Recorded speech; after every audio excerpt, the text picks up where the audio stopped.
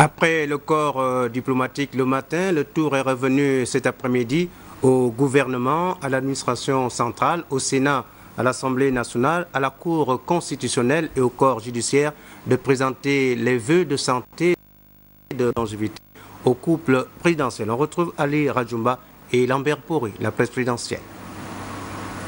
L'échange de vœux de Nouvel An entre le président de la République, chef de l'État et l'ensemble des forces vives de la nation s'est poursuivi à la salle d'apparat de la présidence de la République. Le couple présidentiel a reçu tour à tour les vœux du gouvernement, du Sénat, de l'Assemblée nationale, de la Cour constitutionnelle, du corps judiciaire.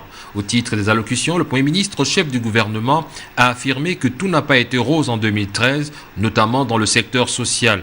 Mais plusieurs efforts ont été accomplis dans le domaine économique et reste convaincu que le maintien d'un climat social est fondamental pour le développement du pays.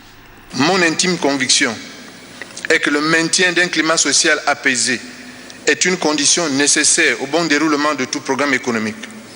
A contrario, les troubles sociaux entravent l'investissement et la croissance. C'est pourquoi je privilégie la négociation sociale, me conformant au demeurant à un principe clairement énoncé dans votre projet de société qui fait de la consultation, de l'écoute et du dialogue social des valeurs cardinales. Le président du Sénat, Rose-Francine Rogombe, a saisi cette opportunité pour solliciter auprès du chef de l'État Ali Bongo Ondimba son implication personnelle dans l'aboutissement de la politique de la décentralisation. Le Sénat, par ma voix, sollicite votre implication personnelle dans l'aboutissement de la politique de la décentralisation, instrument privilégié du développement local et de la démocratie de proximité. À l'orée d'une nouvelle mandature des collectivités locales, il conviendrait que cet exercice à venir soit placé sous l'empire du nouveau droit de la décentralisation. Quant au président de l'Assemblée nationale, Guizou Bandama, a mis à profit cet instant pour exhorter le gouvernement à devenir un gouvernement de mission et de combat pour les 3 prochaines années. Le gouvernement qui doit dorénavant être un gouvernement de mission et de combat doit mettre à profit ces 3 dernières années pour s'engager résolument dans la mise en œuvre de votre projet de société. Il doit en particulier s'approprier un ennemi, la pauvreté. Les visages de cet ennemi s'appellent entre autres le chômage des jeunes, l'insuffisance du logement social, l'absence d'autosuffisance alimentaire, l'absence d'un transport public viable, l'urbanisation et l'insalubrité dans certaines de nos grandes villes. Je n'oublie pas les 3 pandémies que sont le paludisme, la tuberculose et le VIH-Sida.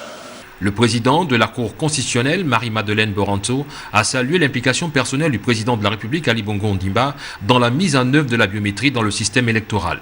C'est le moment et le lieu de vous rendre un hommage appuyé pour votre détermination, votre opiniâtreté et la foi que vous avez mise dans la conduite et la matérialisation de ce projet et qui, pour beaucoup, était une gageure, et quand, pour d'autres, ce n'était tout simplement qu'une arlésienne. Vous avez d'autant plus de mérite que vous vous y êtes investi totalement et avez su tenir bon, en dépit des embûches, du cours de l'opération et des discussions quasi interminables que vous avez engagées avec toutes les forces vives de la nation. Enfin, le premier président du Conseil d'État, Martin Akenenge, a réaffirmé la détermination du corps judiciaire à œuvrer pour l'émergence du Gabon. Les membres de l'institution judiciaire qui savent ce que vous attendez d'eux vous réaffirment leur détermination à œuvrer à vos côtés dans le domaine de compétences qui est le leur pour vous aider à atteindre votre objectif qui est l'émergence du Gabon. Ils sont conscients que pour y arriver, vous avez besoin de leur soutien. Vous l'avez, Monsieur le Président de la République.